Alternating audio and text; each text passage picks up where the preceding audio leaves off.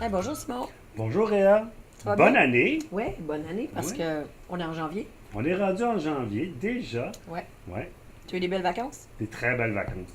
J'ai eu tous les cadeaux que je voulais. Ouais, parce que je les ai achetés après Noël.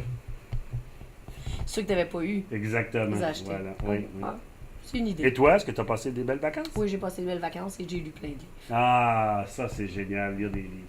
Ben justement, parlant de lire des livres, Ouais. hein, j'en ai un super beau à te présenter aujourd'hui, puis à présenter aux élèves. Ça s'appelle L'écharpe rouge, illustré et écrit, réfléchi, pensé par Anne Villeneuve. Et tu vas voir pourquoi je te dis que c'est pas vraiment écrit, mais c'est plutôt pensé, développé par Anne Villeneuve. Tu connais ce livre, hein, toi? Oui, je le connais. Je l'aime beaucoup d'ailleurs. Alors, tu sais que ce livre-là, il a déjà Ouais. existé, hein? C'est la deuxième édition. Alors, je t'explique très rapidement ce que ça veut dire une deuxième édition. Ce livre-là a déjà existé avec, en arrière, il y a un petit numéro, ça s'appelle l'ISBN. Ça, c'est le numéro qui identifie ce livre. Il n'y a pas d'autre livre au monde, qui a ce numéro-là. OK? Alors, ce numéro-là, il est différent de l'autre livre qui existait avant, qui était exactement le même livre, L'écharpe rouge de Anne Villeneuve. Mais qu'est-ce qu'il avait de différent? Ouais. Pas tout à fait exactement le même.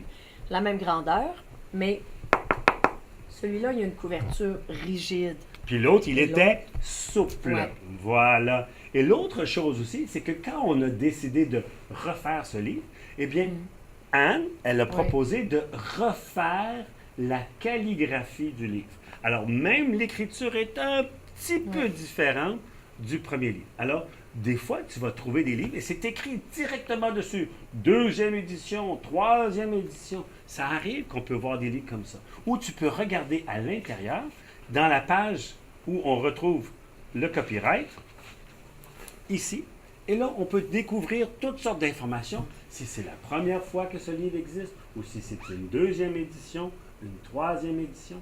C'est toujours bon à savoir. Hein? Alors, L'écharpe rouge de Anne Villeneuve, c'est un livre un peu spécial, parce que c'est un livre sans texte. Il n'y a qu'au tout début, qu'il y a un petit texte. Une seule phrase. Une seule phrase. La voilà. Et je te la lis. Après ça, tu vas voir, il n'y a pas d'autre texte. Un autre petit matin gris se dit Turpin, le chauffeur de taxi. C'est tout. C'est tout ce que tu verras. Incroyable. Mais qu'est-ce qui se passe? Alors, on sait que c'est l'histoire d'un chauffeur de taxi. Hein? Il a un taxi jaune. Et M. Turpin, il ramasse des gens. C'est ce que les chauffeurs de taxi font. Et à un moment donné, il ramasse un homme avec une grande écharpe rouge, un grand chapeau noir et une cape noire. Ça ressemble à qui, selon toi? Je le dis. Oui, Je trouve que ça ressemble à un monsieur qui travaille dans un cirque. Un grand présentateur de cirque avec son grand chapeau et sa cape. comme un genre de maître de Ouais, cérémonie. c'est ça. Eh bien, justement. Alors, cette histoire, parce que je ne vais pas t'en dire beaucoup plus, c'est l'histoire de M. Turpin qui, en voyant le monsieur quitter son taxi, réalise que le monsieur a oublié son écharpe dans le taxi. Et M. Turpin, c'est un bon chauffeur de taxi. Il court après le monsieur pour lui remettre l'écharpe rouge. Le titre. Et là, Ça toute va une lui série d'aventures vont lui passer. Hmm? Ça va lui prendre beaucoup de temps. Il va prendre beaucoup d'énergie. Faire sa mission. Oui, mais tu verras, est-ce qu'il réussira ou pas à remettre l'écharpe rouge au monsieur? Ça, c'est à toi de le découvrir. Je te donne le livre, je te le laisse maintenant découvrir l'aventure de monsieur Turpin et l'écharpe. Maintenant que le livre est rendu dans ta classe, je vais te proposer 3 défis. Tu les connais bien, ces défis-là.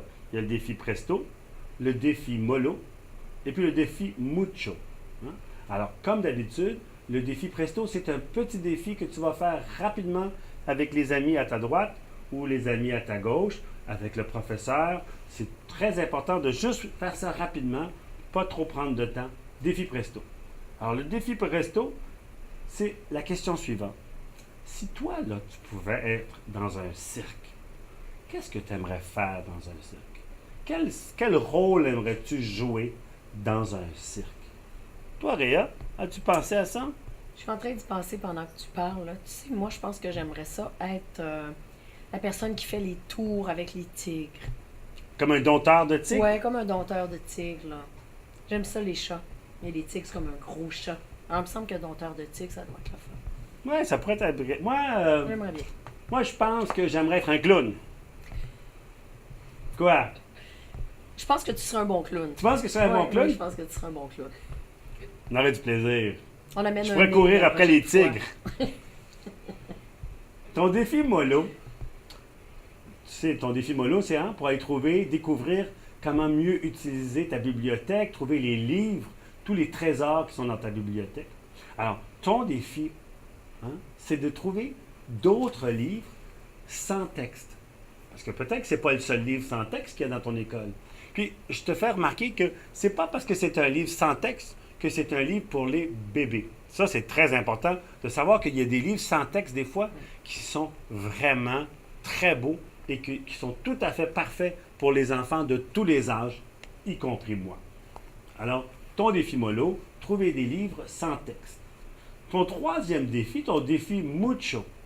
Ça, c'est un défi un peu plus long, mais je pense que ça pourrait être vraiment, mais vraiment intéressant. Hein? Qu'est-ce que tu en penses? Ouais, On s'en est parlé. J'aimerais ça qu'on en fasse une. Oui, on pourrait en faire une, nous autres aussi, peut-être, effectivement. On s'est dit que vous pourriez monter une fresque, une grande fresque d'un cirque qui se passe à votre école. Alors, vous n'avez pas besoin de faire un cirque à votre école.